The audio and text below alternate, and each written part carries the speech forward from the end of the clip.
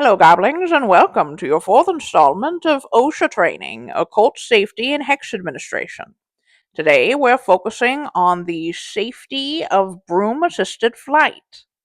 Before they were under OSHA, brooms once fell under the jurisdiction of their evil twin sister branch, the Committee of Hazards, Anarchy, and Outrageous Shenanigans, or Chaos.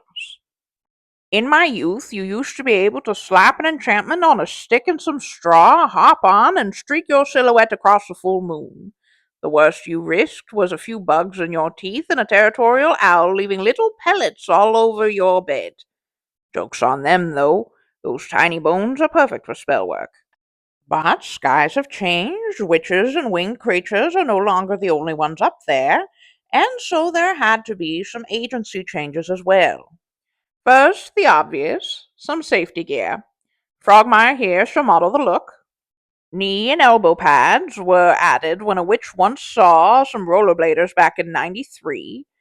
Sudden dips into the tree line have skinned many a knee.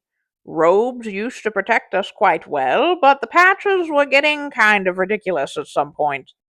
Next, we started wearing helmets with this antenna and radios to talk to the control towers.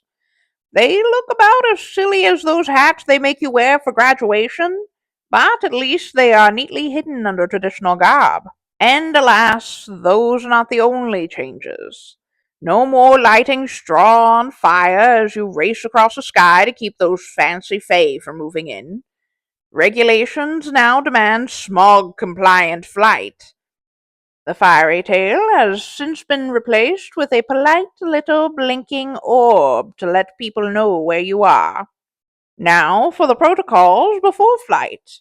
Check your broom over for any nefarious magical tampering, curses, hexes, or the like. Look through those bristles thoroughly. For if you are living life correctly, you should have at least one nemesis by the time you learn to fly.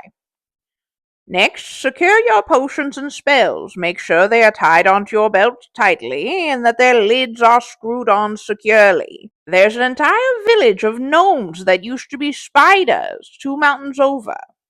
A witch accidentally dropped a potion from an extreme height and poof! They've created the most marvelous homes in the treetops by weaving rope together, but I wouldn't recommend staying for dinner. And lastly, be sure to give the wind a strong sniff before you take off. Sulfur suggests that there may be dragons in the air. The faint scent of mist might signify that lightning is looming. And if the smell of dirt and mold hits your nostrils, you might want to stay home and do some laundry. That's it for now, my goblins. Remember to treat your broom with respect. Check it for mischief before you go, and mind your potions and pockets. Fly with a clear head and a steady grip, and you'll usually come back with the same number of fingers and toes you left with.